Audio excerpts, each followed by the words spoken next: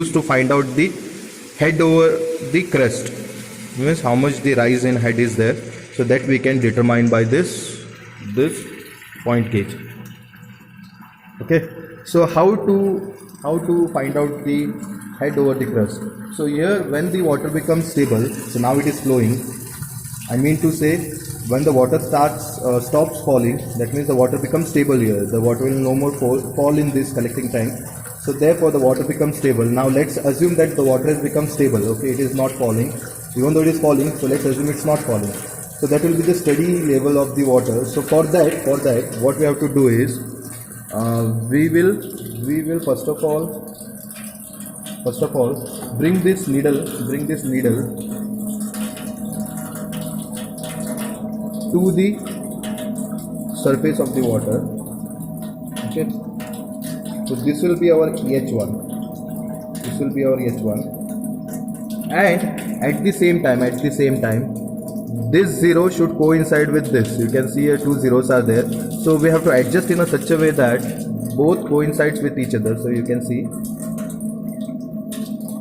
so I am coinciding this zero with this. Okay, and now I am once again adjusting it to the crest level. Okay, now this is my zero reading H1. So now what we have to do, our setting is being done, initial setting is being done, it is 0, and here you can see I have directly connected my point needle to the surface of the water. So now it has been reducing. So once again let me adjust it. Okay, so now you can see the water is stopped falling. That means I can take the reading at the crest level. So once again let me adjust this point. Okay, now I have adjusted this to the crest. Now it's okay, the flow is steady. Okay, now let's start with the experiment with the maximum opening. So I have opened it maximum. So I'll start it here, and you can see the same procedure has been followed here. The water is flowing, and slowly you can see from here there is the rise in water, and the needle is dipped into the water. This is called as height above the crest, or head above the crest. That means this is the crest level and the water is increased to this.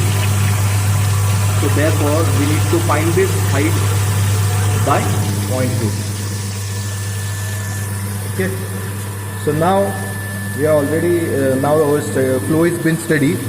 So we will raise this to the highest level. Okay, so you can see here I have brought the needle again to the top surface of the water. So this is height above the crest, and this is measured by this point gauge. So initially this zero was over here.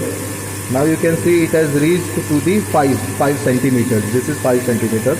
So 5.1 it is. So let's take it as 5. So now this is your H2, and I'll show you the tabular column. So in that we need to write it as H2. So I'll show you the tabular column of it. It's triangular. Okay. It's rectangular. Okay. So you can see this tabular column here. Point gauge reading.